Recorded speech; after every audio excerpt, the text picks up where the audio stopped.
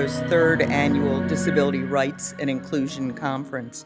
This event is hosted by our Jewish Law Institute, the Disabled and Allied Law Students Association, and the Touro Law Review.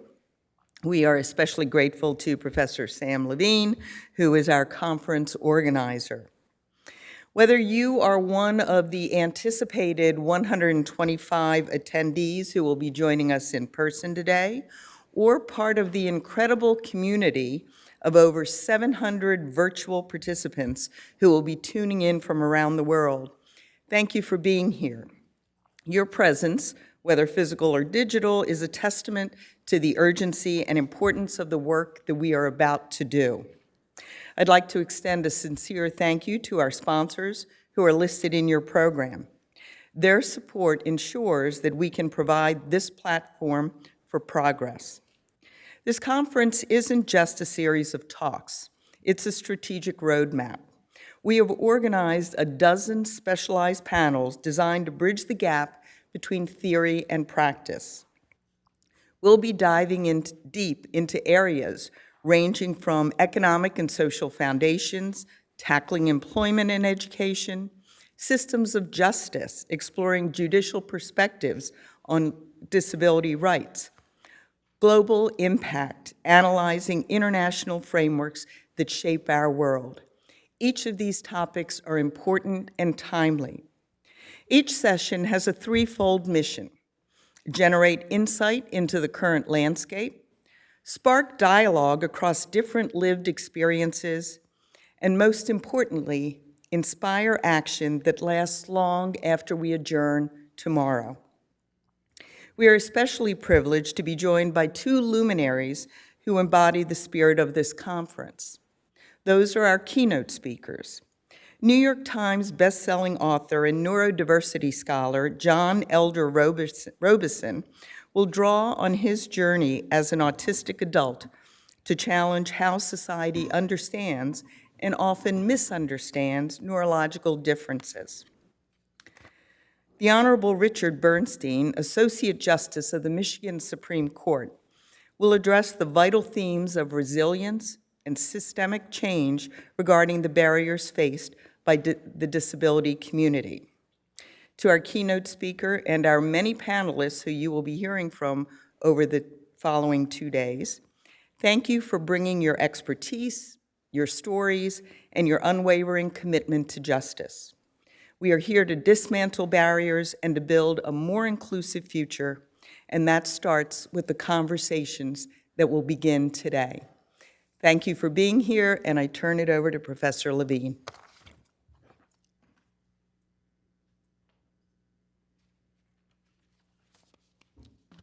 Thank you, Elena.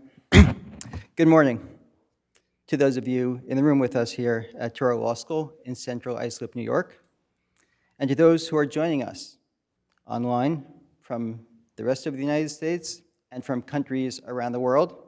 Good morning, good evening, and good afternoon, as the case may be.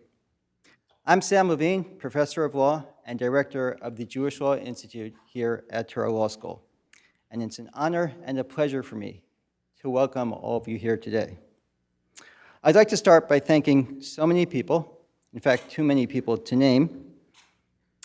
First, the dean, the staff, the faculty, and the students here at Touro Law School who have helped plan and organize this conference. I would likewise like to thank the sponsors for your generous support of the conference, and thank you to the audience for joining us.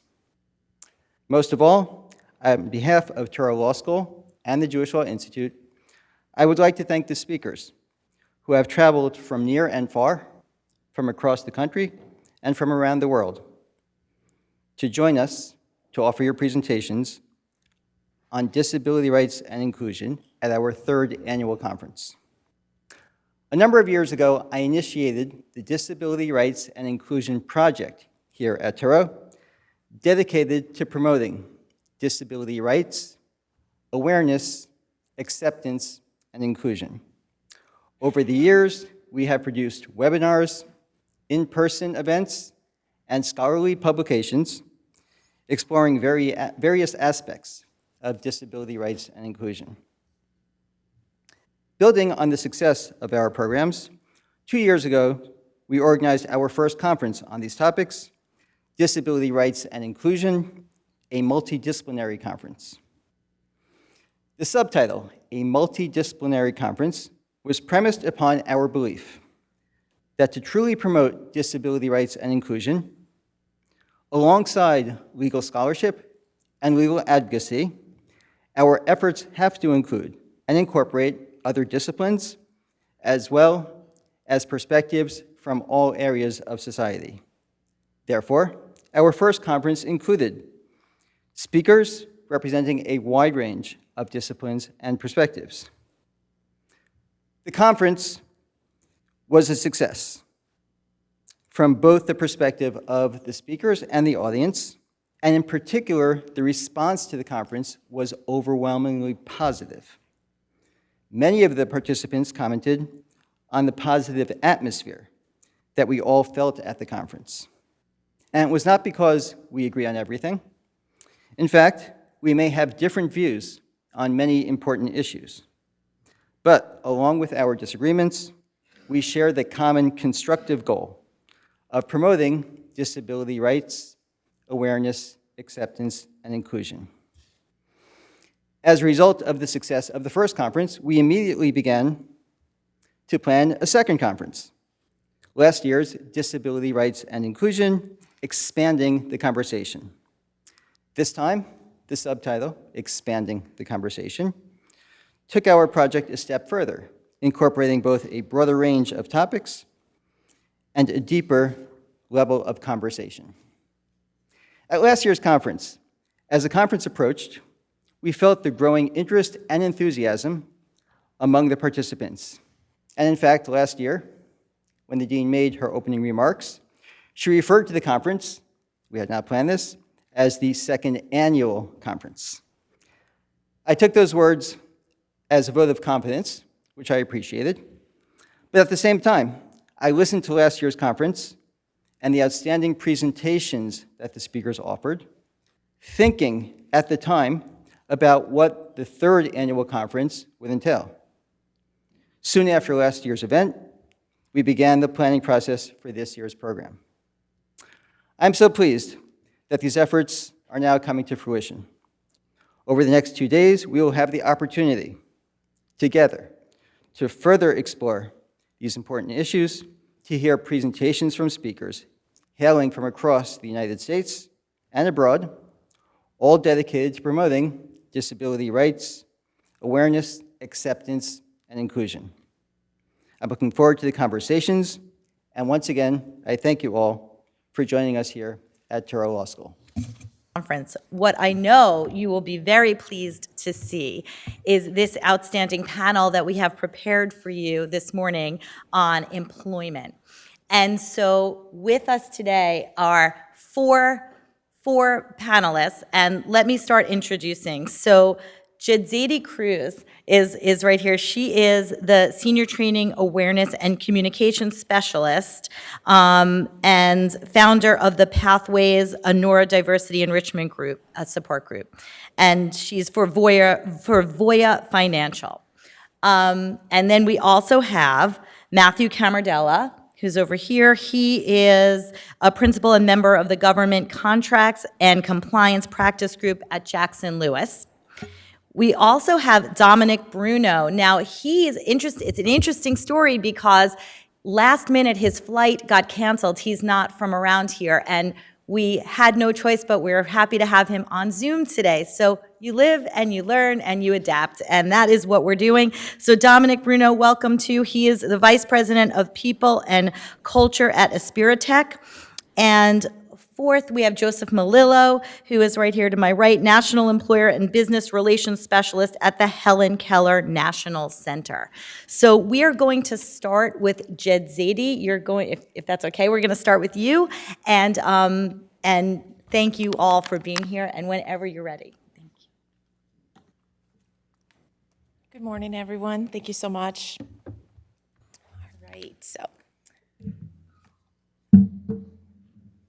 All right, so by a show of hands, how many of you have been on a high-stake job interview?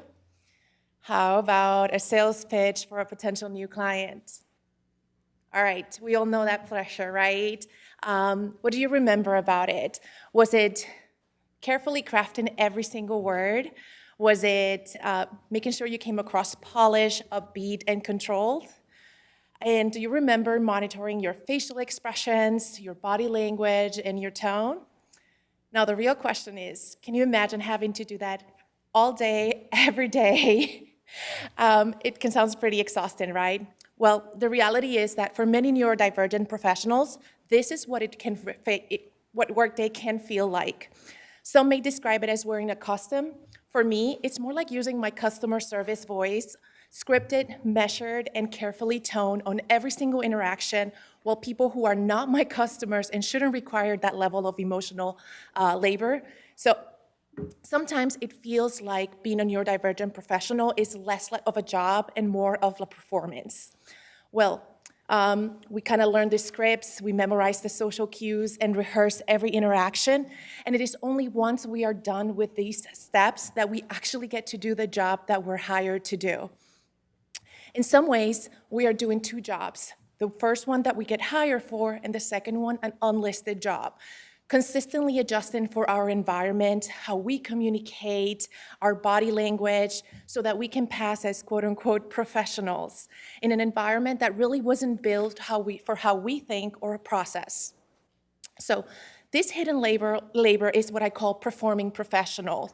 And for many, this second job is actually the heaviest of the two. So today, I want to talk to you about why our corporate culture demands that performance and how we can build workplaces where we do not have to perform.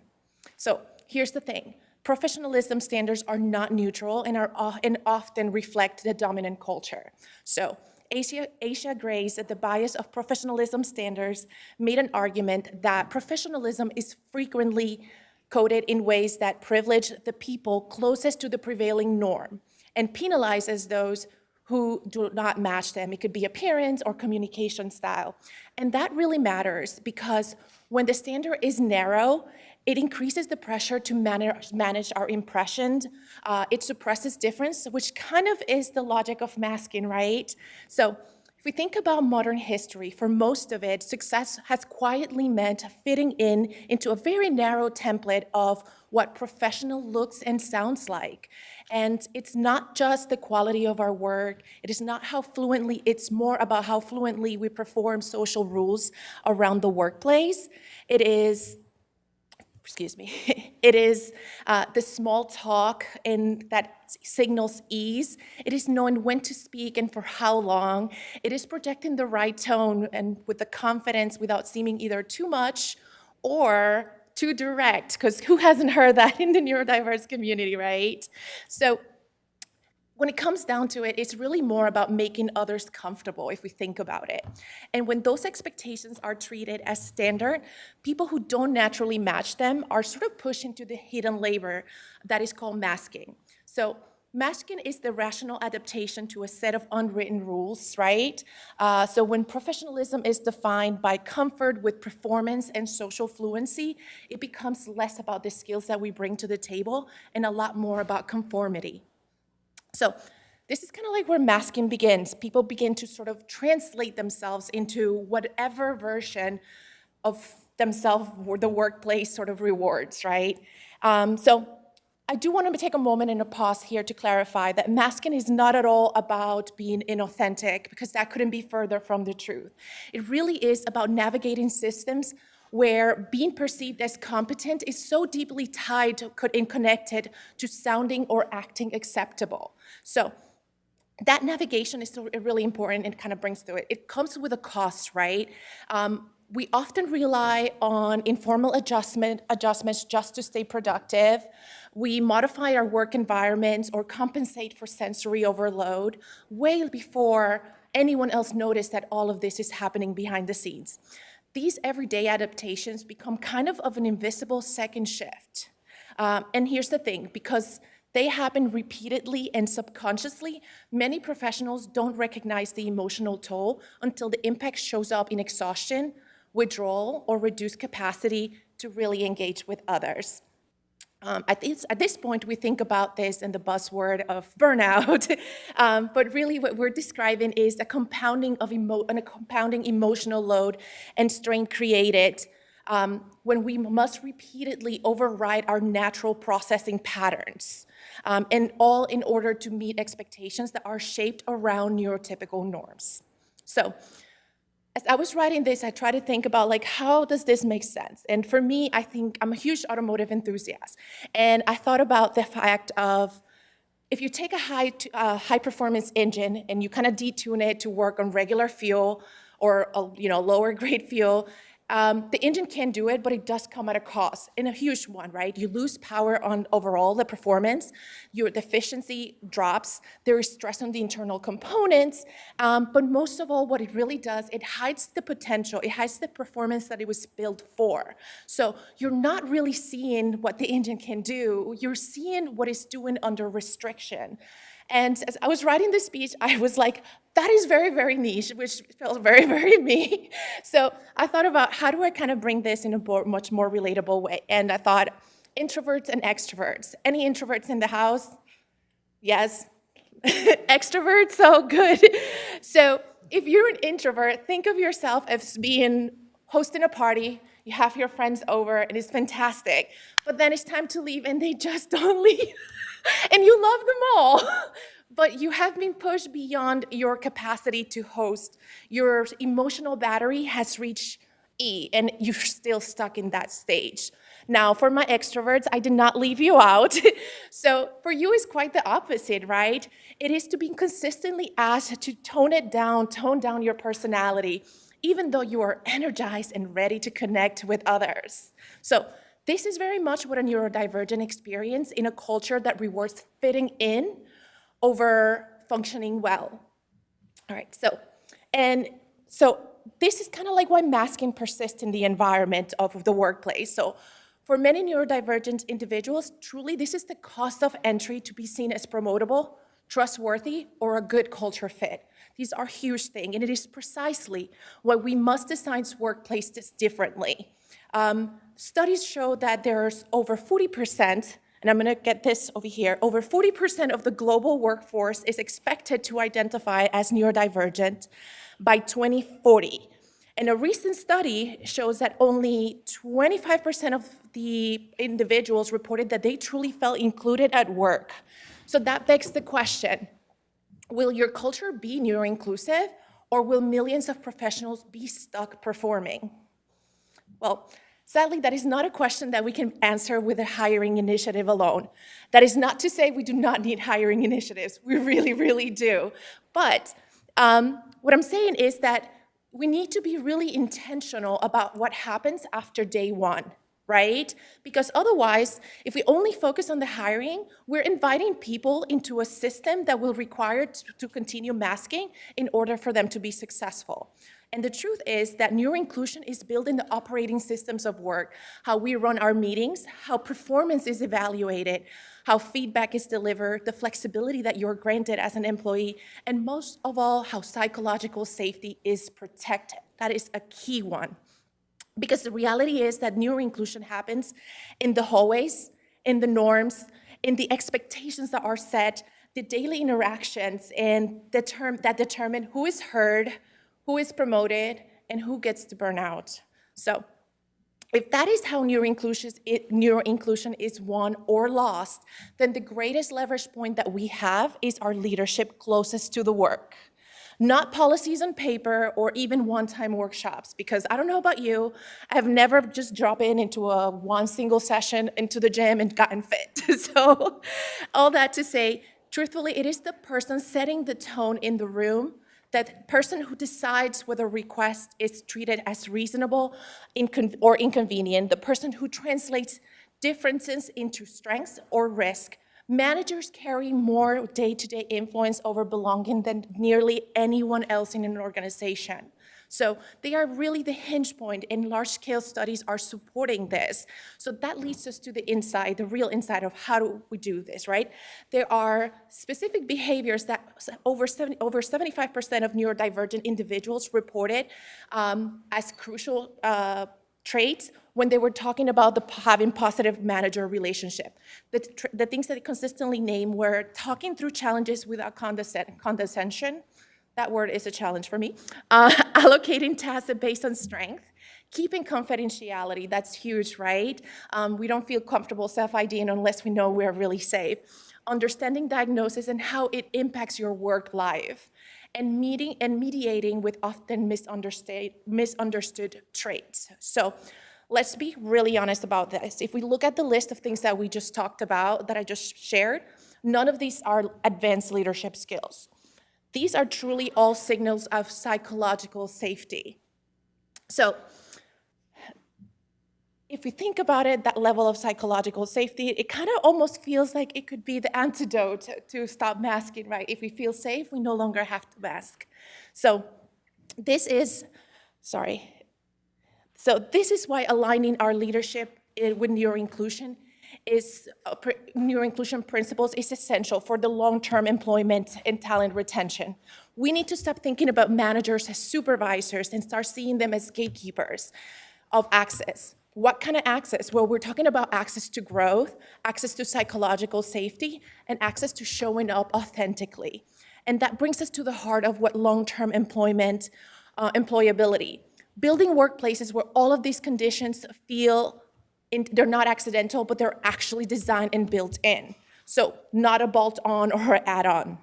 And how does that start? That starts by upskilling your leaders, updating your communication norms, universalizing accommodations, broadening your ERGs, and supporting flexible work arrangements. It's rethinking talent strategy to reward innovation over interaction and creativity over convention. These systems make a huge difference between workplaces where neurodivergent individuals must mask to survive versus the one where they are empowered to contribute their full cognitive strength. So, what if the goal wasn't just to make space for neurodivergent individuals, right? But to really redesign the workplace itself to shape how people actually think instead of how we've been sort of told how they think or they should. And that's because when we stop requiring people to perform professionalism and start enabling them to perform their actual work, something shifts, innovation accelerates, retention improves, and that hidden labor that has exhausted so many talent professionals becomes unnecessary. We have the opportunity right now to build workplaces where cognitive diversity isn't just accommodated, it is leveraged, and that is a huge part. Where managers are equipped to lead inclusively, where systems are designed for flexibility, and not conformity. And where people can bring their full cognitive strength to work, not just the parts that fit the mold. So the choice is really yours. Will you build a culture where people can finally stop performing and start contributing at their highest level? Thank you.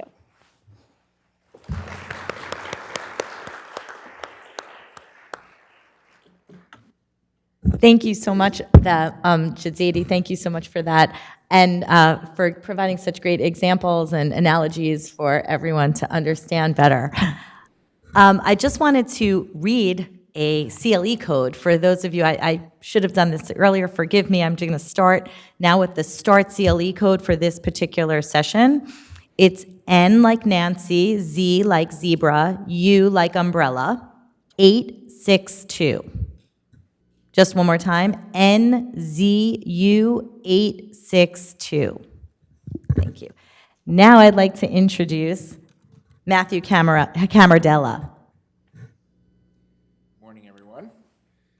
Good to see you all. Excited to be here to talk a little bit about the employment side of things with our panel this morning. So a quick side note, because I can relate very well to what Jedzeidy just mentioned, is my oldest is neurodiverse and extremely bright, extremely outgoing, and I and his mother are guilty of trying to get him to conform, right? To narrow into what we perceive as an acceptable range of activity and behavior to support him and help him through, his job search and ultimately his career. So, whether we're employers, parents, family members, whatever the case may be, I think we all probably to some degree look to create conformity, right?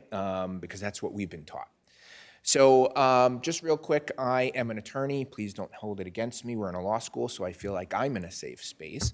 But I focus on supporting federal government contractors comply with their obligations as contractors to support both veterans and individuals with a disability.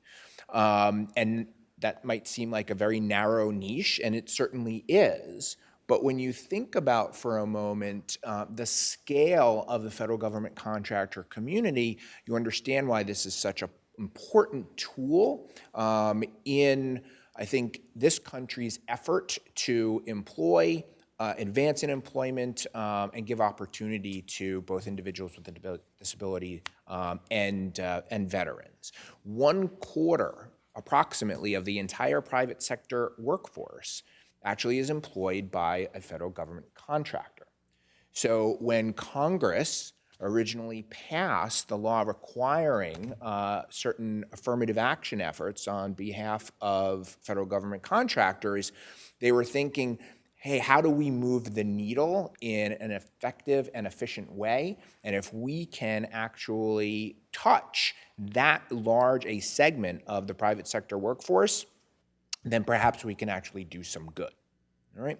So I'm going to talk a little bit about what federal government contractors are subject to from a compliance standpoint, but the lessons here are much broader than what applies to the federal government contracting workforce. It actually applies to all employers in large part, and so there are some good lessons that we can draw here. All right. So what does the law require of government contractors? Well, there's basically a twofold mandate here, right? One is to ensure equal employment opportunity and non-discrimination when it comes to individuals with disabilities. And second, not a very popular term these days, but undertake affirmative action to employ and advance in employment individuals with disabilities. Right? So how does the law require contractors to do that, right? How are contractors supposed to achieve those two mandates? Well, first, they have an obligation to evaluate and analyze all of their employment practices and procedures to ensure that there are no obstacles or impediments to equal employment opportunity for individuals with disabilities. Right?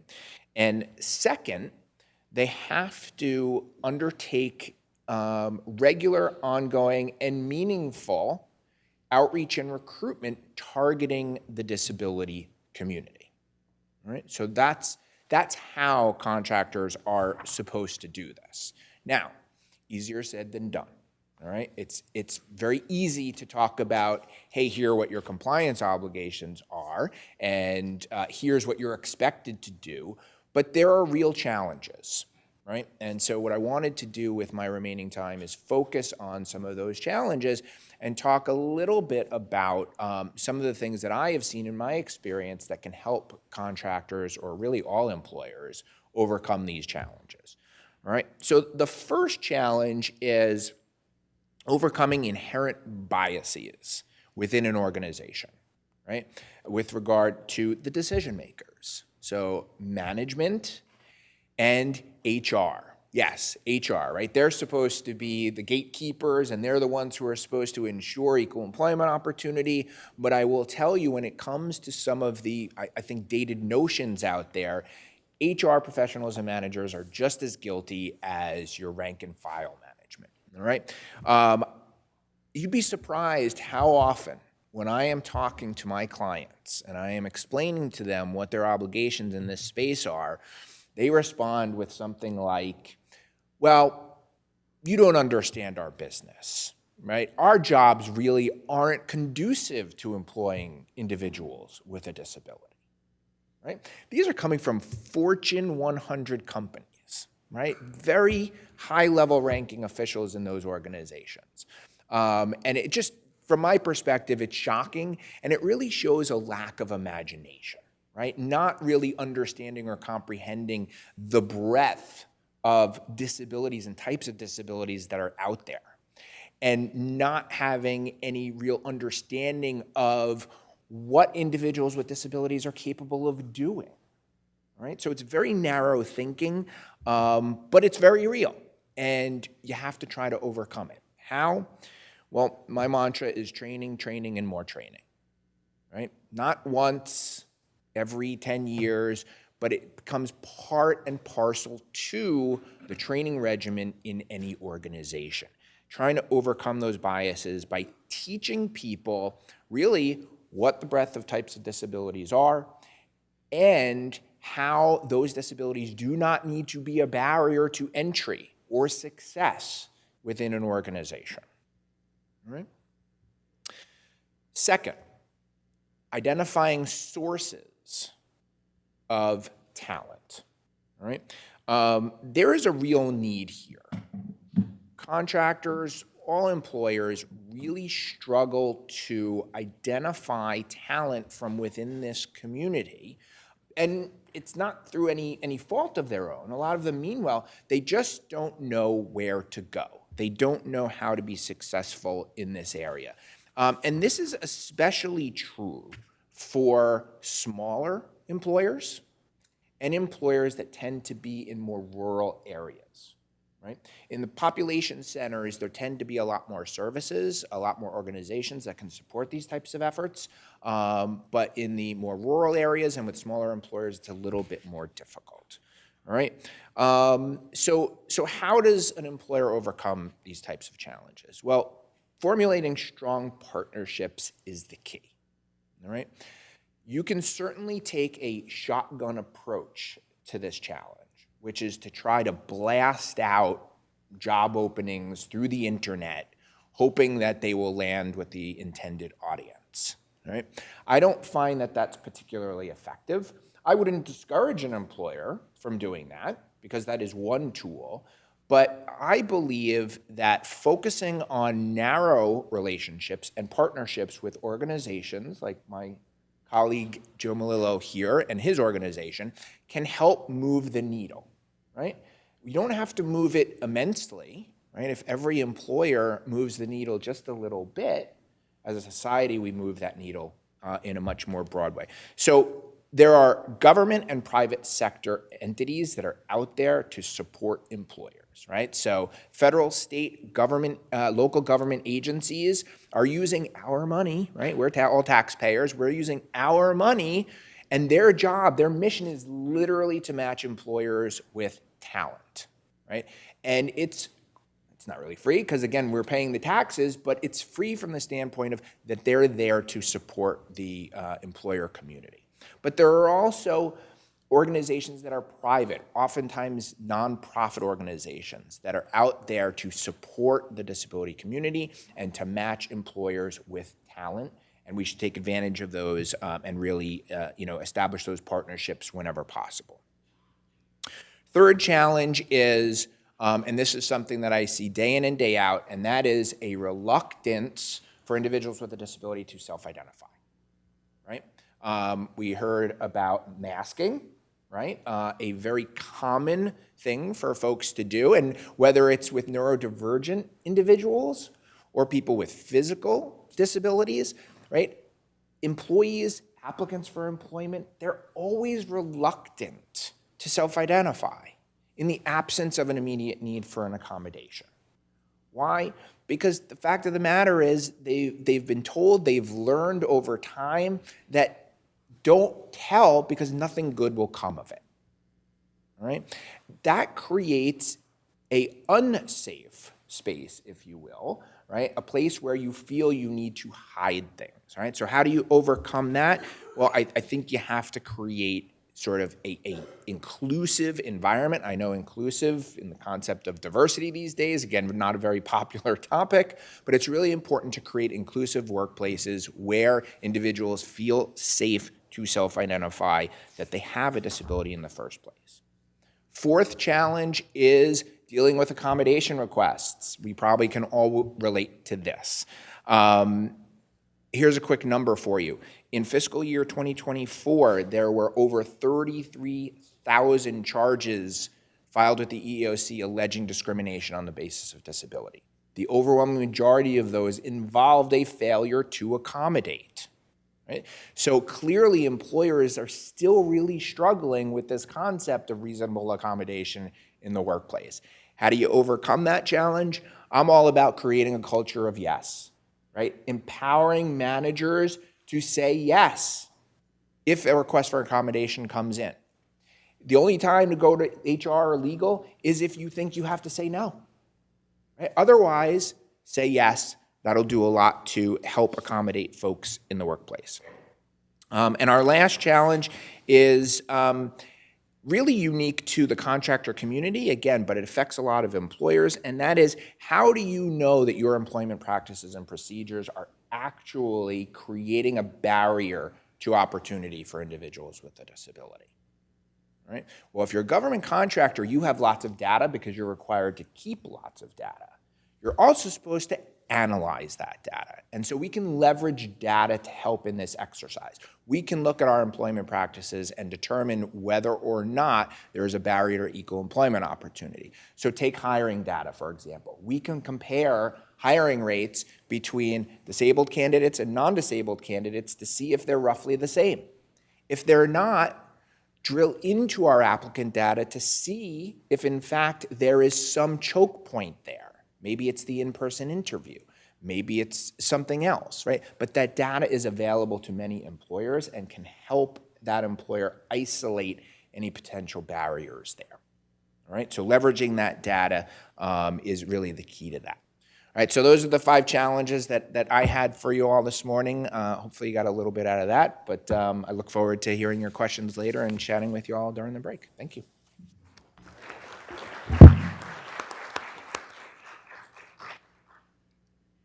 Our next speaker, thank you so much, Matthew. Our next speaker is Nick Bruno, who will be coming to us live via Zoom. Again, unexpectedly, but we're happy to see him. Thank you. Well, hello. I just sent a request to share. Let me hold this up for you all. I think you should be able to see my screen now. Perfect. All right. I am Nick Bruno. I am the Vice President of People and Culture at Aspiritech. And Aspiritech, we are a tech nonprofit that employs autistic adults, where over 90% of our employee base is neurodivergent. And that is reflected at all levels of our organization, from our testers all the way into our senior leadership team, myself included. And our workplace culture really centers on these 5 principles right here. And I think it's been successful. In my almost 4 years at Aspiritech, our voluntary turnover rate is 1. One single person has chose to leave our organization in almost 4 years' time. And, you know, they left for an incredible government job that fully utilized their PhD. So I don't blame them. But all that is to say, while we are far from perfect, I believe we do a lot of things right when it comes to supporting employees and building an organization that people want to work at. So how do we transition our success at building workplace culture into success in hiring? And I believe that starts with us challenging these outdated, best practices so we can reshape our hiring processes into one that benefits each and every person applying for a job. Not a mistake. I know I was just talking about hiring practices, and now I'm right on to onboarding. This is our first, change in mindset that we're going to have here. I want you to think about onboarding starting from the moment that someone reads your job description. It doesn't start when they apply. It doesn't start when they hire. It doesn't start on their first day of work. Step 1 is we want to start treating people with the workplace culture we want to embody at the first reasonably possible moment, which is when they see that job description. And to do that, we're first going to start by going through some repetition, relevance, and restrictive practices that have become all too familiar in job postings today. So with relevance, does every sentence in your job description contribute to a clear message about the company and the role? I need you to get rid of all that non-literal language that you find in job descriptions. We don't want anything that has an implied meaning. We don't want any corporate nonsense jargon in these job descriptions. And of course, we want to make sure the duties and responsibilities are accurate. So, no, this position does not wear many hats, but it may have some specific cross-functional responsibilities, and you are not looking for a rock star. That doesn't mean anything. Neither does high performing. You know, all these adjectives just add unnecessary word count and clutter to your job description. You know, not to mention they're also completely devoid of context. Unless I am an internal applicant, I almost certainly don't know exactly what it means to be a rock star, to be a high performing HR business partner, sales executive, paralegal, etc. Talking about repetition. When I find a job posting online, it links me to your company ATS. I've created an account. I've uploaded my resume. Oh, but wait, now my resume didn't upload correctly because unless it's perfectly format to one of those hundreds of hiring platforms out there, I'm going to have to go through all those fields again, re-enter my information, just create this cognitive and repetitive load that doesn't serve any purpose. This is really sending a message to your applicants that you don't care about their time. If you're asking for something, ask for it one time. Best practice that I would think about here is when you have a job posting, every so often, you and other people in the organization need to go through the motions of applying to that job. If that process annoys you, you can bet it's terrible for anyone else going through it. And when we're talking about restrictive, are you guilty of the classic job posting meme asking for several years of experience for an entry-level job? Do you have an education requirement listed?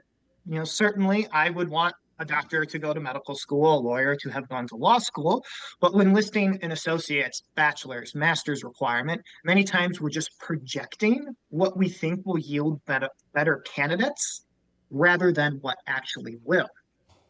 To compound on this issue, many neurodivergent individuals take written communication literally. You'll find yourself missing out on exceptional candidates when they don't precisely match the metrics that you believe make for someone to be successful in this job. Putting this together, we want the process to not function as an unintentional screening mechanism. We have to understand that job seekers, especially those who may not be currently working, it sucks. And for most jobs today, a candidate is often one of hundreds of applicants, just hoping that your ATS or whatever fancy AI tool you're using at the time is going to say, you should reach out and you should screen that person. So job seekers are oftentimes applying to dozens, if not hundreds of jobs, depending on the field. And with the tools organizations are commonly using today, we've turned job seeking into nothing but a numbers game where employers don't end up with the best candidates and job seekers don't end up with a great fit for their skills. You know, your job, your organization needs to stand out by making that process one that decreases stress and the pressure is low. And to add on to this, you know, the data shows that traditional hiring methods just don't work. Their reliability at best case with a work sample test is barely above 50%. So let me talk to you about how we find success for all applicants in our hiring process. And I guarantee you that simplicity, ease, and most importantly for many people, $0 cost of what we do makes it easily obtainable for any organization. So far, we've talked about recruitment philosophy that largely revolves around the steps we've taken before we even spoken to an applicant. Everything has been aimed at proactively making our postings, job descriptions, and application processes as accessible as possible. But now let's talk about the steps that we take that turn a traditional interview practices into something that not only helps us identify the best fit for our openings, but also in a manner that is more predictable to job performance and designed to support all neurotypes. So first, when someone is interviewing at Aspiritech, they are offered flexibility in their scheduling. Do they want a phone call, a Zoom meeting? Would you prefer a Zoom meeting with the cameras off? Would you like to join a scheduled call and provide real-time written responses? I offer the ability to request breaks ahead of time during the interview process if someone needs that to retain focus, calm their nerves, etc. And I also make sure that I'm telling them that I am open to other accommodations. All they need to do is ask. I really love what was just said previously about, encouraging people to say yes. We've always framed it here as being a why not organization and instead of a why organization. If someone asks you something, your first response should be, why not why should I do this? This one pager also explains specifically what we're looking to learn from the interview. I'm oftentimes screening for a leadership position where I am not subject matter expert on what we're talking about, but I make it clear that my questions surrounding those duties are there to guide my conversations as we talk about the next steps, and that what I'm looking to learn is connection with our organization's mission and ensuring that they have a management style that we know works best within our organization. I'm also detailing what the rest of the process is anticipated to look like. There is little reason, in my opinion, to have more than 2 interviews unless this person is stepping into a senior leadership role. If you're writing down what the rest of this process looks like, and as we said again with going through the application process, if that looks awful to you, imagine how it feels to a candidate. The horror stories I've heard from people having 6+ interviews is it's insane. I don't know how companies get away with that. So when we are setting the expectations from the start, we are eliminating the unknown and providing that so important comfort and clarity to our applicants. And if there's one thing I want you to take away from this presentation, and it's what I'm about to talk about right here. When they're getting this one pager about the interviews, I provide everyone the interview questions in advance. Our interviews are designed, and the interviews you're having should be designed to be as close to a reflection of how they are able to answer questions when actually working the job. In my day-to-day, in my position, there is never a situation where I 100% need best answer on the spot immediately. But we're interviewing people, and we're basing our hiring decisions off of, are they giving the 100% best answer that you need on the spot immediately? This forces your interview to be focused on someone's social skills and not their ability to do the job. So when we're making the decisions with questions provided in advance and flexibility offered, we have accommodations proactively, you're taking away the social game of the interviews, and you're going to find yourself making hires based on a bona fide ability to do the job well, rather than their ability to navigate outdated, restrictive hiring processes. This opens the doors for your candidate's success and your success as an organization. And I want you to walk away from this presentation, think about the hiring practices that you've experienced, the hiring practices at your organization, and challenge to make them better, both for the success of your applicants and for your success as an organization. I appreciate your time, and I am so sorry I couldn't be there in person, but please do reach out to me if you have any questions outside of this, and I'm happy to connect.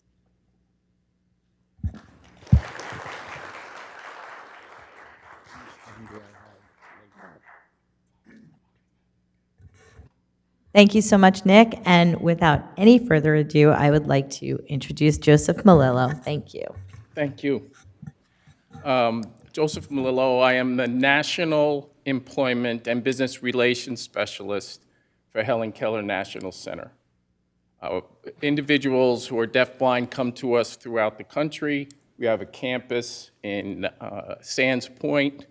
We do some training with them. They'll stay anywhere from 12 weeks to a year, which primarily and most importantly includes vocational training.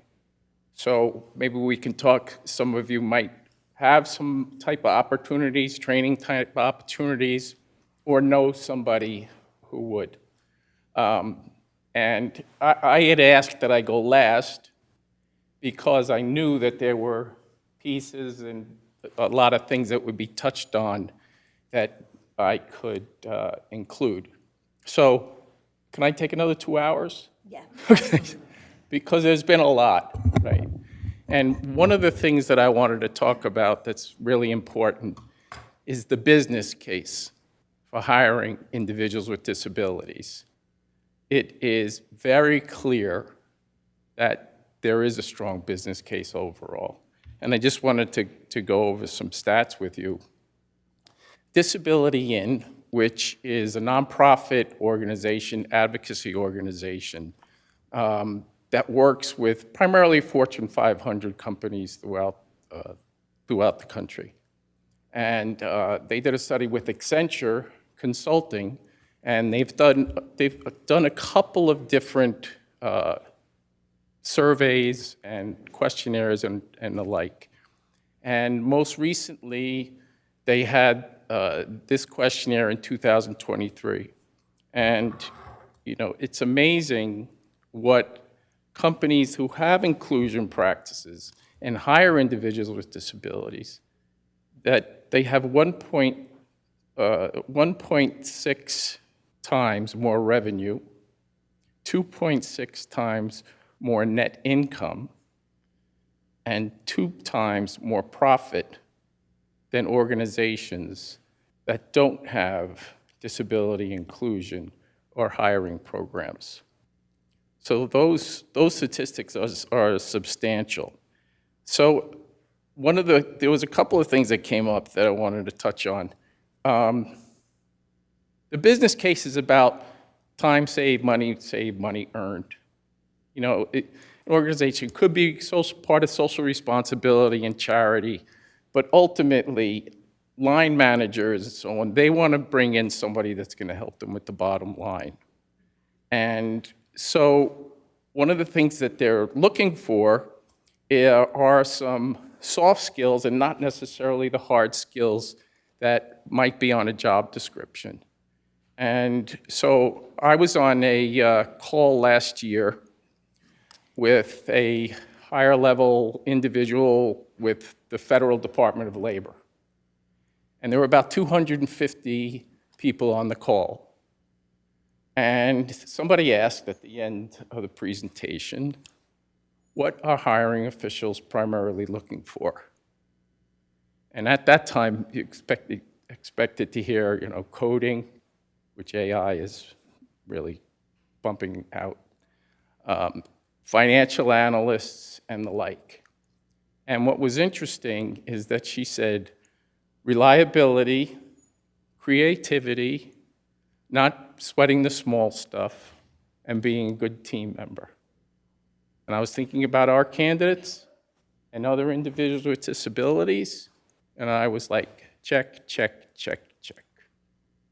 By their very life experience, they have gained those great soft skills, and that's what gets the attention and helps with the bottom line for the organizations. Somebody had touched on bias before, and bias is fear. And it's really the lack of exposure, and it only comes from speaking with others, understanding where accommodations might come from. An organization that is successful in hiring individuals with disabilities has a culture of inclusion. And quite often, it has to come from the top. And interestingly enough, the higher level executives and the board of companies are becoming disabled themselves. And so are their friends. So they're standing up and taking notice, wow, I need an accommodation, or my friend, coworker needs an accommodation themselves to be successful on the job. Matt had referred to, he was referring to 503 regulations. that requires companies to reach out to organizations like Helen Keller Services to obtain 6% of their workforce to be individuals with disabilities. Unfortunately, it's not a mandate. It's have the goal of. But many of these companies, they take it to heart. Others are just going to have it as window dressing. There's a couple of things. I'm going to be skipping things because my time is running short, I see. That's one of the other reasons why I shouldn't have gone last. Okay. Applications and applicant tracking systems and accessibility. 98% of corporate websites are inaccessible. Job application websites and ATS systems, 52% of the individuals who go to apply don't go through with the whole process because of inaccessibility or the difficulty of going through the application process. So that has to become better. And interestingly enough, there's a company that has just come up with an AI program that individuals can fill out one application that can apply to almost any other. A couple of examples of organizations that are very progressive in hiring individuals: JP Morgan, Ernst & Young, CVS, and Sodexo. And the foundation of them being successful is reaching out to organizations like Helen Keller National Center and trying to funnel in individuals into the organization. The hiring process with those companies can be sped up. So my primary goal and my goal is to go into a company and establish a fast track for individuals and get past, the whole process of applications and the like. It's interesting to know that we had an individual from Ernst & Y come into our office with a bunch of other people. They had charity day to work with us. And I spoke to one of their top recruiters, and she said, we get 10,000 applications a day, and I don't hire from one of those applications. I hire through referrals, LinkedIn, and people networking within the organization. And I found that was stunning to me that an organization like E&Y had those statistics. So the bottom line advantage of hiring individuals with disabilities is clear. Companies have realized it, and there are also statistics on the retention rate and the reliability and much lower turnover rate of individuals with disabilities. And a big key to that is accommodation, is establishing a culture that is accepting and that people are feeling comfortable in disclosing their disability and asking for an accommodation.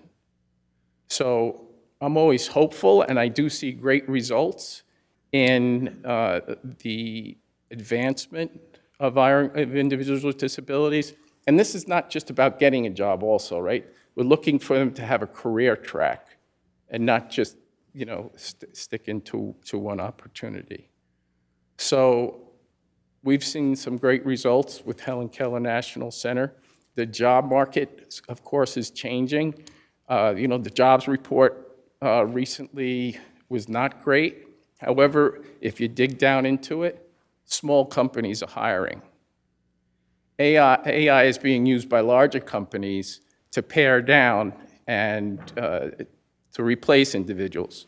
Small companies are using AI to become more efficient and creative, and therefore also needing staff to help them move that along. So Thank you, Professor Levine. This is, an outstanding conference. I want to talk to you maybe about having it a model and talk to some other institutions about doing it would be fantastic.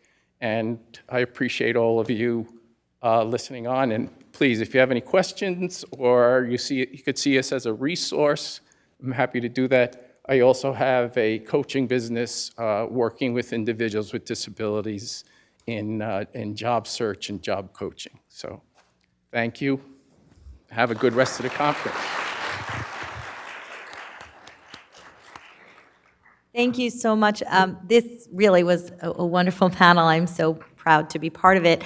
I'm going to, normally we would have time for Q&A. Sadly, we don't have time for formal Q&A, but they are going to be here all day. And they're here during the lunch, and they're here during the breaks. And I'm already, I didn't even ask them, but they are here, and they are ready for your questions because I just know they are. So if you do have any questions, please, even if it's on an informal basis. I just want to end by giving you the NCLE code for those of you who need this. L like Larry, R like, Rudolph, M like Michelle, 739. So that's LRM 739. Thank you all.